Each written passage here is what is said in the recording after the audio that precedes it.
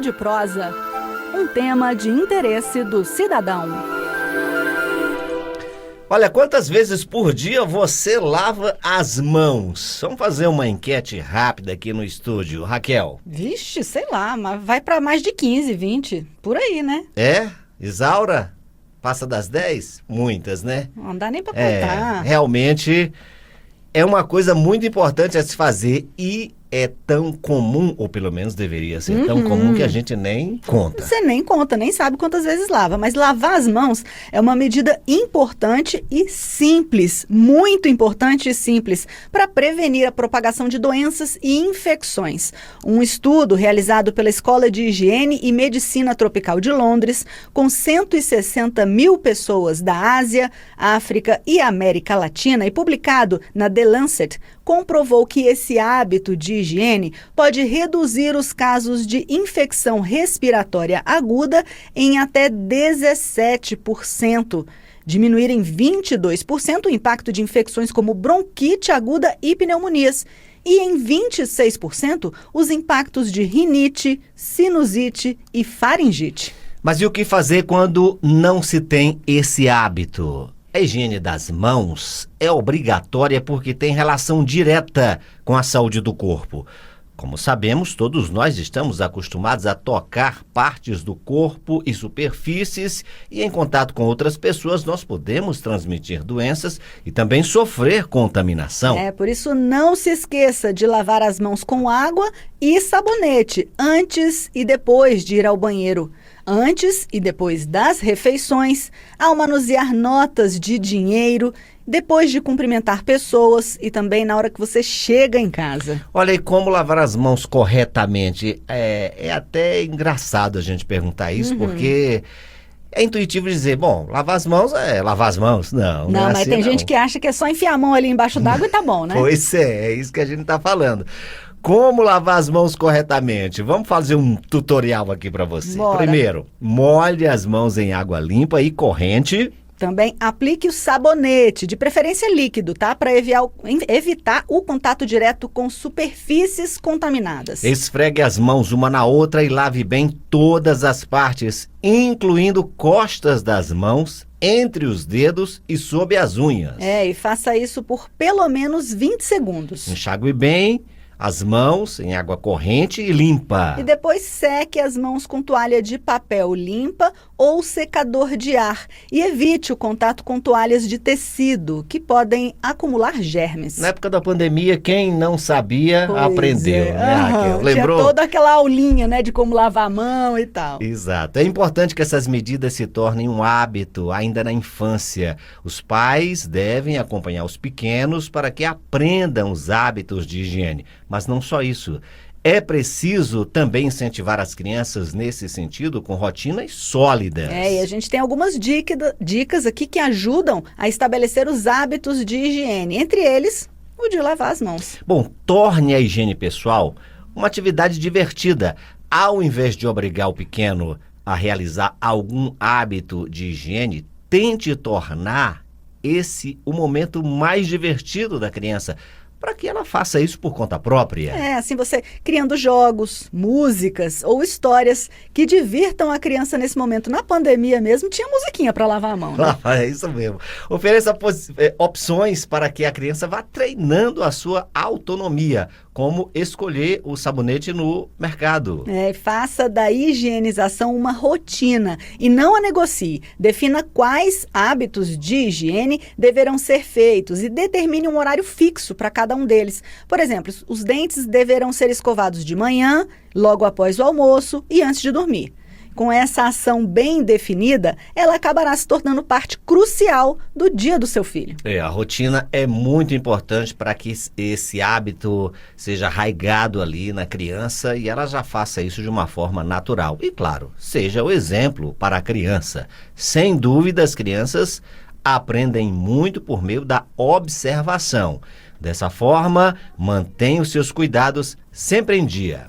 Ao ver, desde pequeno, todas as ações de higiene que você realiza, pode ter certeza que seu filho também vai criar o costume. É verdade. Eu acho que aprende mais, inclusive, copiando Verdade. do que com todas as outras técnicas. Olha, e hábito de higiene não é somente lavar as mãos, né? Tem muito mais do que isso. Muito mais. Mantenha um corpo limpo, tome banho com frequência. Só lavar os pés não vale, hein, gente? Olha, e cortar as unhas também é super importante. A limpeza das unhas está bastante relacionada à nossa saúde. Por isso, a recomendação é mantê-las bem cortadas e limpas. Falamos agora há pouco da saúde bucal, né? Escovar os dentes após as refeições. E também manter roupas e calçados sempre limpos. Higiene foi o nosso dedo de prosa de hoje. Olha, isso evita tanto problema, tantas doenças. Só na higiene você já vai evitar aí um monte de complicação relacionado a doenças que você teria por contaminação, mas porque você faz uma boa higiene, isso aí já fica no ralo. É só a gente pensar, né, Gesiel, que a gente põe a mão em tudo. Depois, se você coloca a mão no rosto sem ter lavado a mão, você já está trazendo para você a sujeira, um germe de alguma coisa. A tal da... Como é que é o nome daquela? Conjuntivite. A tal da conjuntivite, a coisa mais fácil pegar conjuntivite. Você pega numa maçaneta, por exemplo, para entrar, e aí você tá com conjuntivite, acabou de coçar o olho, nem percebe que vira um hábito automático. E o germe fica ali, gente, é um vírus, fica ali na maçaneta da porta. O próximo que vem atrás de você vai pegar no mesmo lugar. Se por um acaso ele não lavar as mãos e levar essa mão ao rosto, já era, pegou conjuntivite. De repente a pessoa, nossa, não sei de onde veio isso. É da higiene das mãos, minha gente. Muito importante, muito importante. Agenda do Senado. A agenda tá curtinha para essa quinta-feira, Raquel? Tá curtinha. Hoje a gente tem apenas um evento legislativo aqui no Senado. Às 10 horas, a Comissão de Esporte realiza a reunião do grupo de trabalho que tem estudos sobre o PL 864 de 2019, que estabelece vínculo empregatício entre árbitros e auxiliares e as entidades desportivas às quais aqueles estão vinculados. E só esse evento legislativo hoje aqui no Senado Federal. Ok, você pode acompanhar pela Rádio Senado, pela TV Senado, todos os serviços de comunicação aqui do Senado Federal, ou então pela internet em senado.leg.br. De acordo com um levantamento realizado em 2024 pelo Portal do Trânsito, o uso do celular aumenta em 400% o risco de acidentes, sendo a terceira maior causa de mortes no trânsito no Brasil. Para se ter uma ideia do perigo de usar um celular enquanto dirige, se o motorista pegar, olhar e digitar algo simples, como "estou chegando", ele vai gastar mais ou menos 23 segundos. É rápido, só que 23 segundos a 60 km por hora é como se você deslocasse 380 metros. Isso se equipara mais ou menos a passar por 3 campos de futebol. Para falar dessa realidade e de como a tecnologia pode ajudar a evitar acidentes, a gente conversa agora com Henrique de Amorim Viana Lima, ele que é administrador de empresa e diretor comercial. Henrique, bom dia, seja bem-vindo à Rádio Senado. Bom dia, Raquel, tudo bem? Tudo Muito jóia. Obrigado. Bom dia a todos aí que estão também nos ouvindo.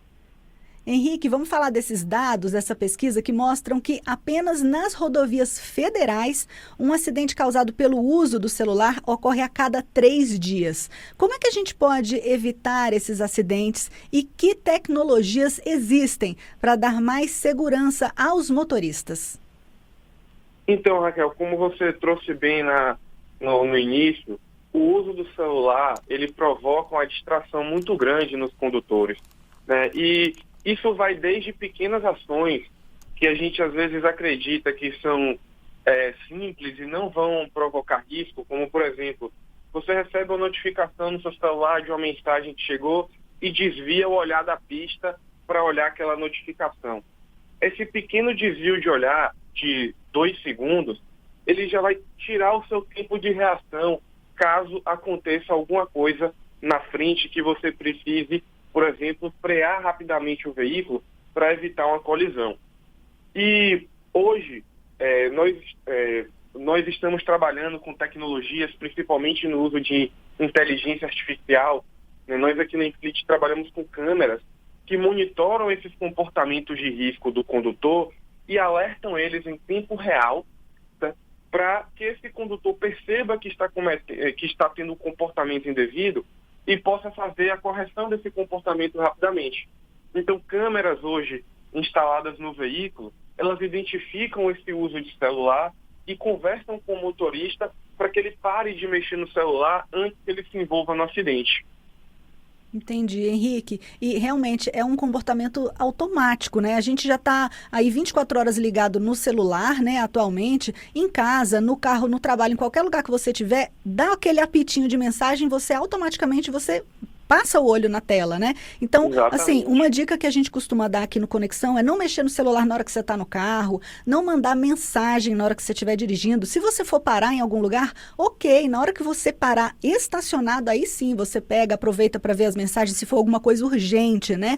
Mas se não, não dá para mexer no celular, o ideal seria deixar ele no silencioso, né? Enquanto você está usando o carro, enquanto você está dirigindo. E essas novas tecnologias, elas têm que ser muito rápidas, né? Porque se elas estão captando o uso do celular em horário inapropriado, no momento inapropriado, elas vão avisar para que você corrija esse comportamento. Dá para confiar nessas tecnologias, Henrique? Então, com certeza, Raquel. Um ponto muito importante é que, geralmente, o acidente ele pode ser evitado, né? Isso é muito importante que as pessoas que dirigem, tenham os motoristas e até pessoas que não são motoristas profissionais, tenham essa consciência, né, de que é responsabilidade de quem está no volante tomar os devidos cuidados, seguir as regras de trânsito. Hoje, o uso de celular é uma infração de trânsito grave e é muito importante que a gente esteja atento, porque são comportamentos de risco, comportamentos muitas vezes de dispersão do motorista que vão estar impactando nisso, né, e negligência do condutor. E a câmera, ela é muito confiável, né? A inteligência artificial presente nesse equipamento, ela é treinada e ela pode ser também parametrizada, certo, Raquel? Isso é bem legal dentro da tecnologia que a gente trabalha aqui na empresa, porque você pode ter, a depender do tipo de situação e operação, o grau de risco envolvendo aquela operação, você pode ter diferentes graus de sensibilidade na câmera para fazer essa captura da informação. Mas ela é muito precisa e ela já emite o alerta para o condutor em tempo real. Então ela vai trazer a reação imediata para aquele motorista. E quando a gente fala em transportadores, empresas de distribuição que têm frotas para operações empresariais, né, e existe um gestor, esse gestor ele também é alertado pela tecnologia para que depois ele saiba daquilo que aconteceu com a frota dele e possa conscientizar os seus motoristas, fazendo treinamentos, campanhas dentro da empresa de práticas de segurança e direção defensiva, para que esses condutores não cometam mais esse tipo de infração.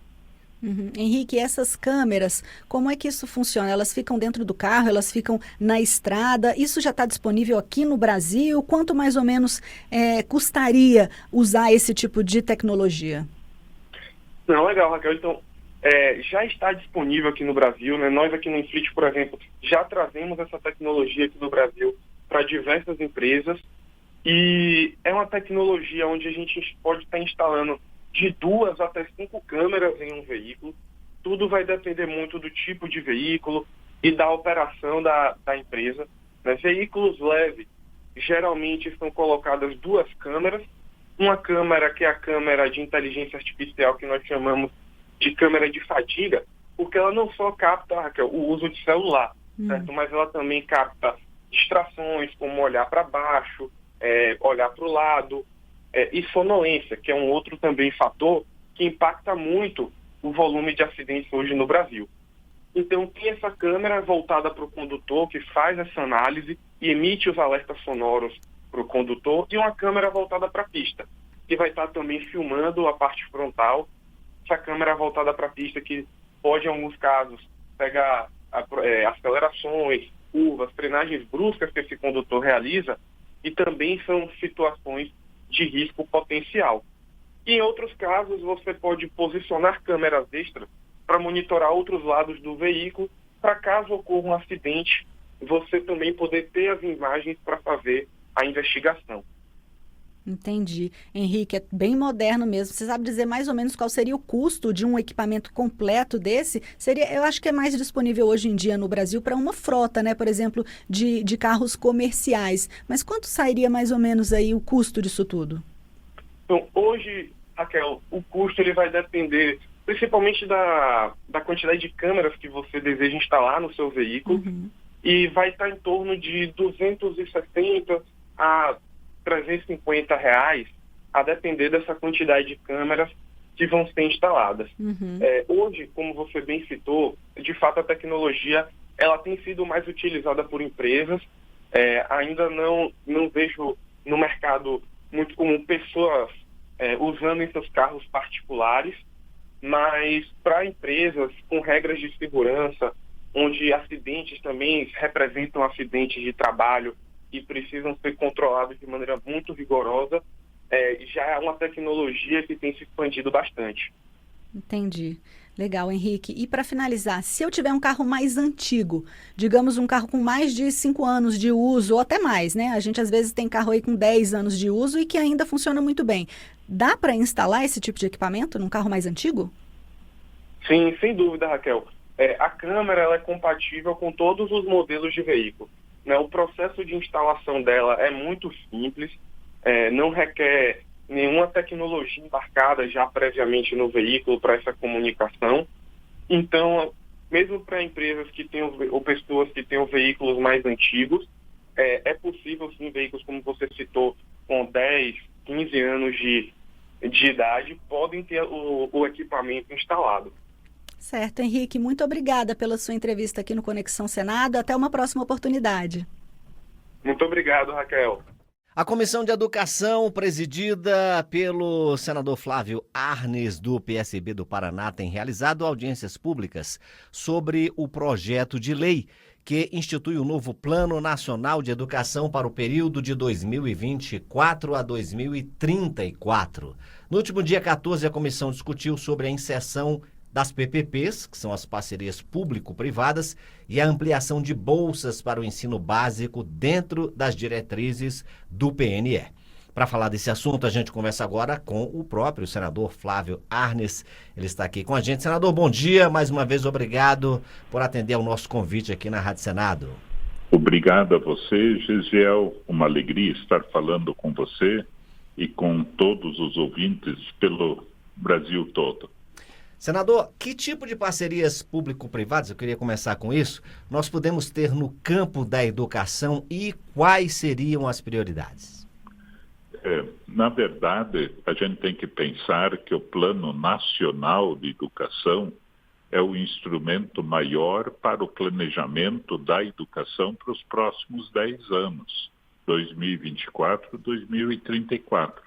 Só para esclarecer os ouvintes também, esse projeto de lei foi enviado pelo Executivo, está na Câmara dos Deputados, ainda não está sendo debatido na Câmara dos Deputados, mas na Comissão de Educação e Cultura do Senado Federal nós temos o hábito, inclusive, de nos anteciparmos a isso.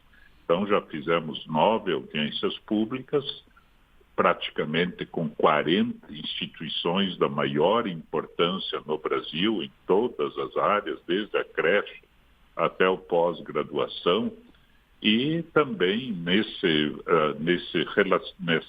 sentido que você pergunta, como é que pode acontecer, é que, na verdade, o Plano Nacional tem que ser executado com a participação de toda a sociedade. É uma responsabilidade não só do governo federal, depois teremos os planos estaduais, dos governos estaduais e dos municípios, com os planos municipais, mas também com a iniciativa confessional, comunitária, filantrópica, as instituições privadas, as famílias, aqueles que se debruçam sobre a educação. Então, muitas parcerias já vêm acontecendo, na verdade. Na audiência específica, se pensou numa correlação com aquilo que acontece com o ProUni, que é a possibilidade dos alunos entrarem na instituição de ensino superior né, de acordo com critérios estabelecidos, e a instituição de ensino superior, privada ou não comunitária, né, poderá então abater de impostos devidos. Isso na área da filantropia, das faculdades comunitárias,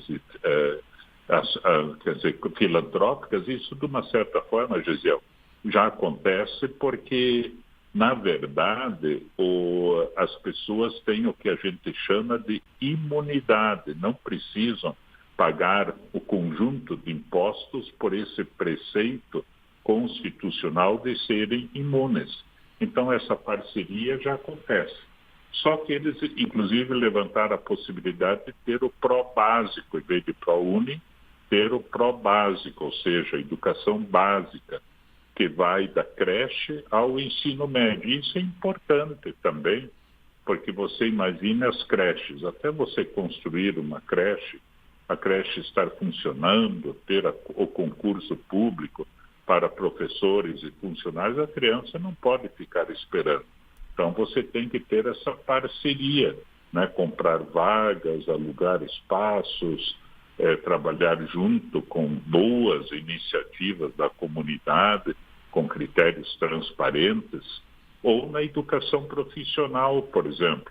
Nós queremos educação profissional, técnico-profissional, é um desafio para o Brasil. Então, você precisa fazer parcerias, né? Tem tanta gente boa aí, Senai, Senac, Senar, todo o sistema S, mas tem iniciativas da comunidade também que profissionalizam os alunos e temos que somar, né, nesse sentido para que isso então venha a acontecer. E o Brasil é tão extenso, uma realidade tão diferente de uma região para outra, que em cada região tem que, inclusive nessa audiência foi levantado isso, você preservar, né, essa autonomia lá do município, do estado, para que eles achem a solução de acordo com aquilo que aquela comunidade procura oferecer.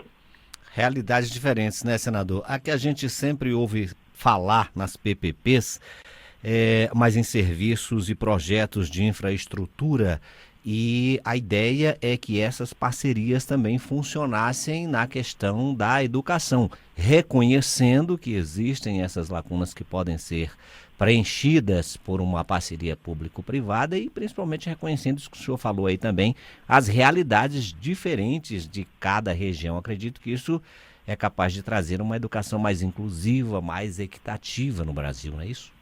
É verdade, Gisele.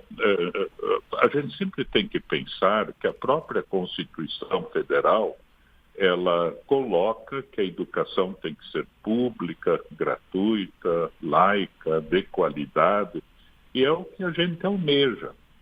Agora, na audiência pública, as pessoas disseram, olha, nós temos objetivos, temos metas a serem alcançadas, estratégias diferentes de acordo com o município, então tem que haver, de alguma forma, uma flexibilidade, né? A própria Constituição diz que os recursos públicos podem ser destinados para entidades filantrópicas, comunitárias.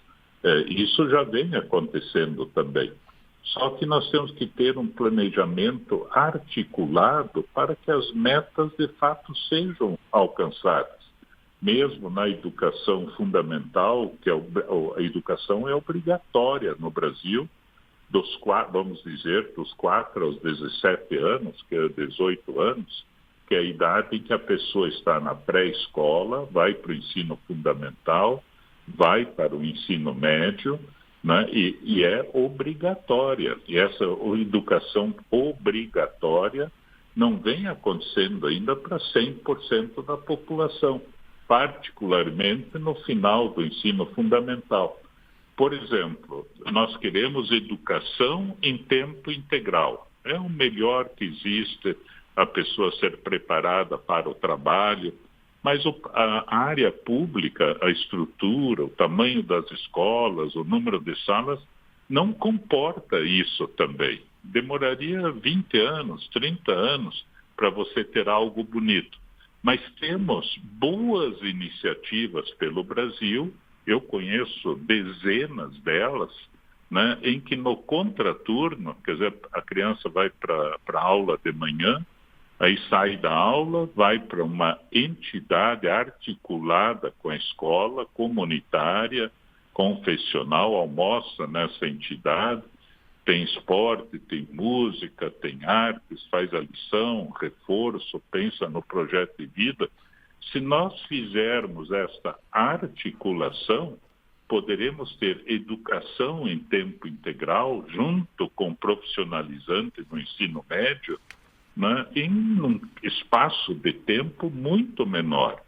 Então, tem que ser transparente, tem que ser bom, para que o que os participantes da audiência disseram. Tem que, assim, nós temos que ter esses mecanismos que existem, basta a gente colocar em prática, né, numa ação bem articulada, federal, estadual e municipal, para que os objetivos sejam alcançados num menor espaço de tempo. Porque o plano que já está acabando, as metas não foram alcançadas, né? No plano anterior também não. Então não adianta a gente fazer um plano nacional que a gente imagina de antemão que vai ser difícil. Tudo é difícil, nós temos que ser ambiciosos na educação, né? Que é prioridade absoluta para o Brasil. Então, nesse sentido, vamos trabalhar juntos. No fundo, a ideia, olha, todos são chamados a dizer, temos uma meta, como é que essa meta a gente pode cumprir? Lá no interior do Amazonas, do Pará, na floresta amazônica, mas também em centros urbanos ou periferias. Por exemplo, as escolas estão superlotadas em muitos locais das periferias. Tem escola que não tem banheiro, que não tem energia elétrica, saneamento, água Falta o básico, né, senador? Olha, então, esse é um esforço possível, dizer para todos os ouvintes, um esforço possível e articulado, todos nós juntos a favor da educação. Temos mais um minutinho aqui, senador, e nessa semana tivemos um debate sobre o PNE e os especialistas e representantes do ensino superior sugeriram que o novo PNE restabeleça a meta de investimento público na educação em 10% do PIB, do Produto Interno Bruto. Eu queria que o senhor comentasse essa proposta. O plano atual, já encerrado em 2024, previa 10% do PIB. E o plano novo coloca 7% do PIB. E todos que vêm participando dizem, olha, quando a gente quer que alguma coisa seja prioridade, olhe no orçamento, porque senão é só conversa fiada.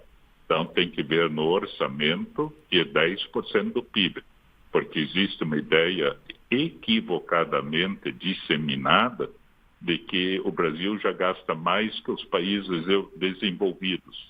O que na audiência pública ficou muito claro que o Brasil ainda está, apesar dos esforços, né, necessitando de recursos para ter concurso público, quadra de esporte, biblioteca, dentro do que se chama CAT, custo aluno qualidade. Quanto que tem que ser investido para que nós tenhamos uma educação de qualidade, da creche ao pós-graduação. As universidades estão aí, por exemplo, que curso superior também entra no plano, as universidades estão com orçamentos menores hoje do que 10 anos atrás, né? Então, vamos trabalhar nisso, né? O chamamento que eu faço também, Gisiel, é um chamamento para todos nós. Vamos juntos em frente, nos unirmos e juntos fazermos da educação um instrumento para o Brasil mudar para melhor.